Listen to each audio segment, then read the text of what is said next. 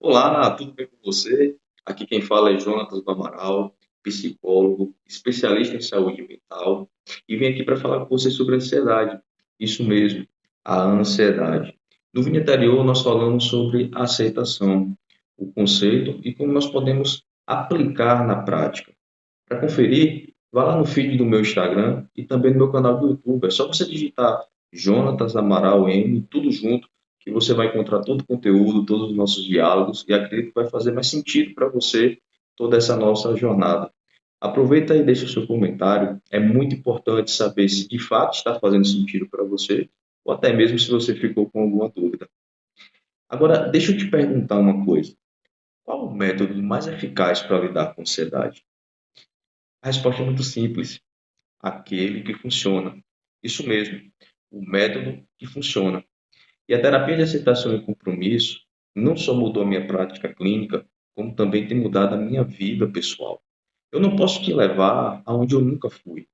Por isso, lá no meu feed, no Instagram, tem algumas fotos pessoais e eu relato como a terapia de aceitação e compromisso me ajudou e tem me ajudado com a ansiedade. Isso mesmo.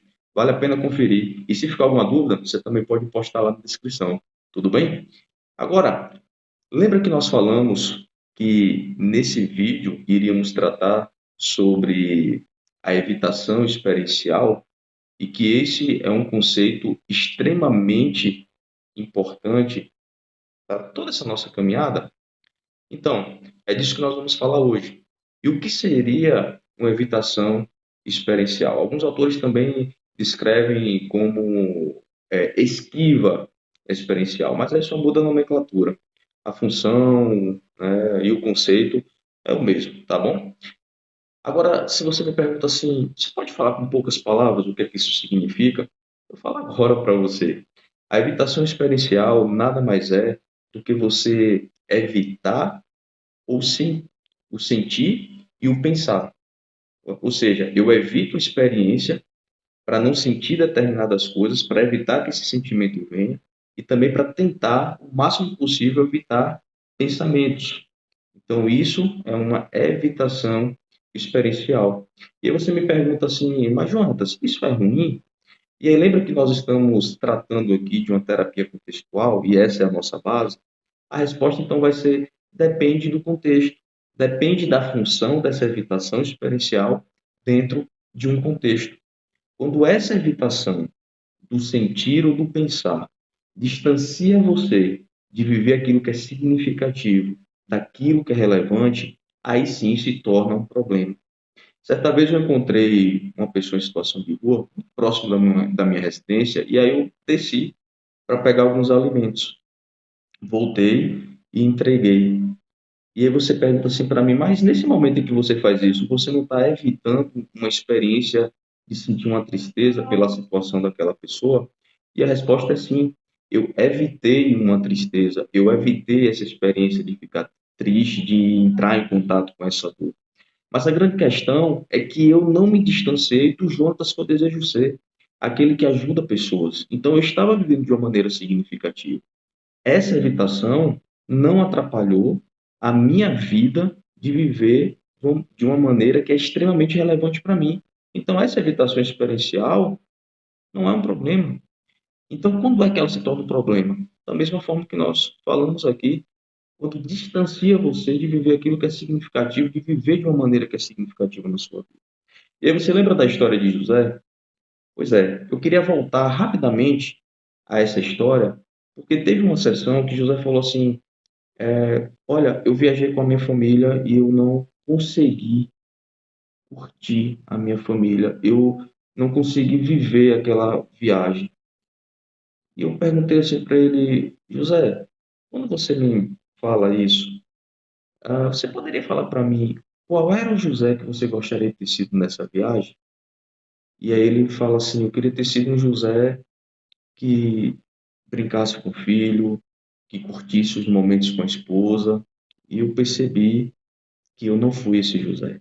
E ele fala isso de uma maneira muito triste, inclusive. Claro, a tristeza está presente porque ele percebeu que aquilo que importa para ele, ele estava distante nessa experiência, ele se distanciou, né?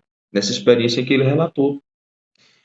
E o que foi que aconteceu? No ambiente onde eles estavam, dentro dessa viagem, ele recebeu uma ligação do sócio, depois ele recebeu uma mensagem.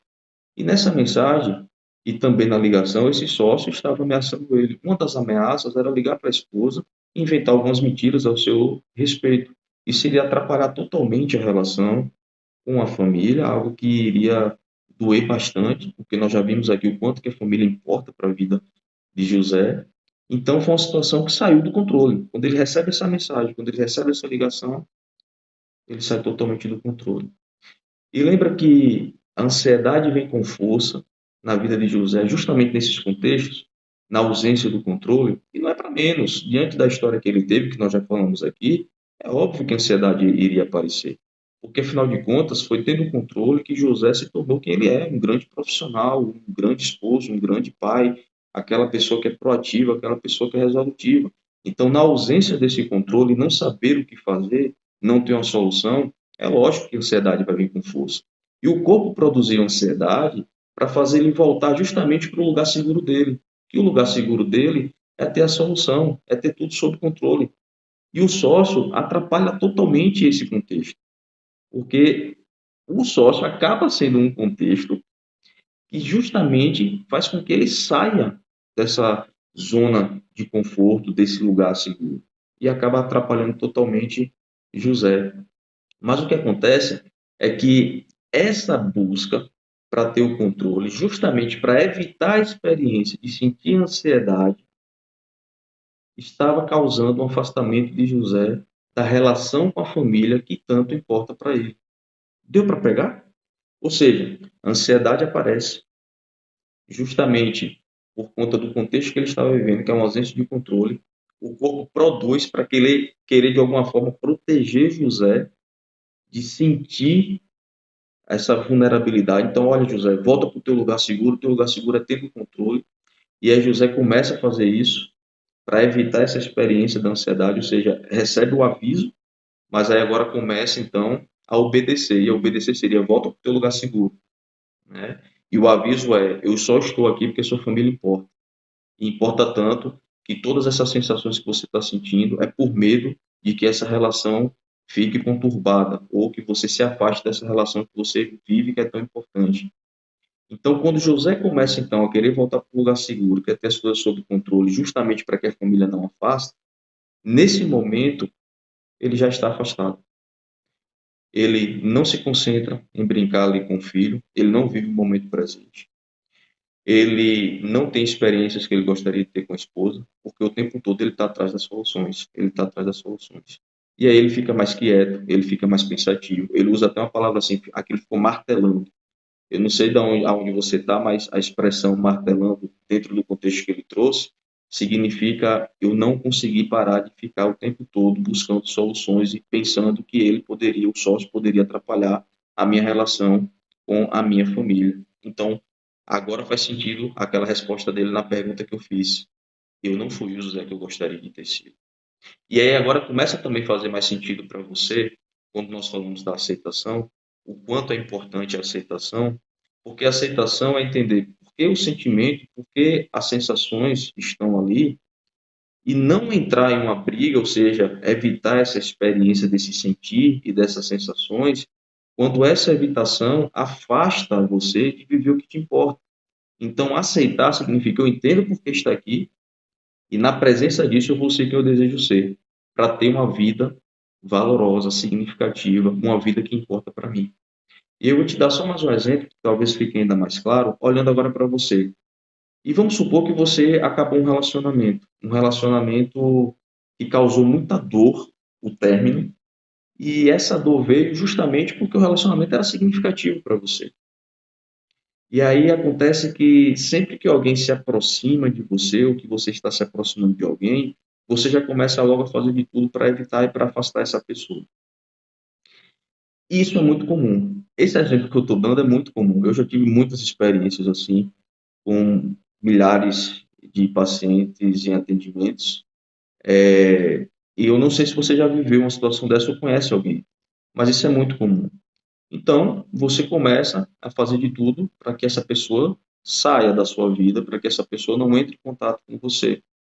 A grande questão é que, resumindo todo esse exemplo, o que você está evitando, na verdade, é de se sentir vulnerável, é de entrar novamente em um relacionamento, esse relacionamento não dá certo e você tornar sofrer, você tornar sentir uma dor. Há um problema nessa questão? Isso seria um problema, essa evitação da experiência da vulnerabilidade? E a resposta é depende. Se é importante para você viver relações íntimas, trocar experiências com alguém, viver uma parceria, alguém que está ali do teu lado e que você pode tanto apoiar e ser apoiado, sim, aí vai ser um problema. Porque ao evitar essa vulnerabilidade, você está se afastando de um valor, de uma vida que você quer ter daquilo que é significativo, que é viver tudo isso que eu falei aqui anteriormente, ao lado de alguém. E por que você está vulnerável quando a gente fala da aceitação? Justamente porque importa para você ter uma vida onde você possa construir algo com alguém, possa dividir experiências, possa viver de uma maneira, como a gente fala, né, extremamente aqui naquela parceria. Então, tudo isso importa para você. Então, é claro que quando você se aproxima de viver tudo isso, a vulnerabilidade vai vir justamente sinalizando isso para você. Então, quando você abre espaço para a vulnerabilidade, para viver um relacionamento, aí você está caminhando na direção daquilo que importa para você e não evitando uma experiência que iria te distanciar exatamente disso que é relevante para você. Faz sentido? No próximo vídeo, nós vamos continuar no bloco não mais de abertura, porque agora nós estamos finalizando, né, esse aspecto, mas nós vamos voltar em algum momento para esse bloco, porque a gente ainda precisa trabalhar a parte da cognição, porque até o momento, todos os vídeos que nós colocamos aqui, nós falamos sobre os afetos, sentimentos e sensações. E nós vamos falar também sobre a parte da cognição, pensamentos. Afinal de contas, quando a gente vive uma experiência da ansiedade, nós somos visitados o tempo todo por vários pensamentos. Isso é muito comum. Então, se abrir para esses sentimentos e pensamentos, que são difíceis, sim, mas quando a gente abre espaço para eles, entendendo a função deles, e que isso nos direciona para uma vida, não nos impede de caminharmos para uma vida que é significativa, nós estamos falando de flexibilidade psicológica, nós estamos falando de uma terapia de aceitação e compromisso, e nós estamos falando de uma vivência que importa para você, mesmo que a ansiedade te visite. E aí nós vamos entrar então agora nessa parte da cognição, nós vamos falar sobre fusão cognitiva. Isso mesmo. É um nome estranho? Fica tranquilo. Eu, ou tranquila, eu vou descomplicar para você. Te aguardo. Até lá.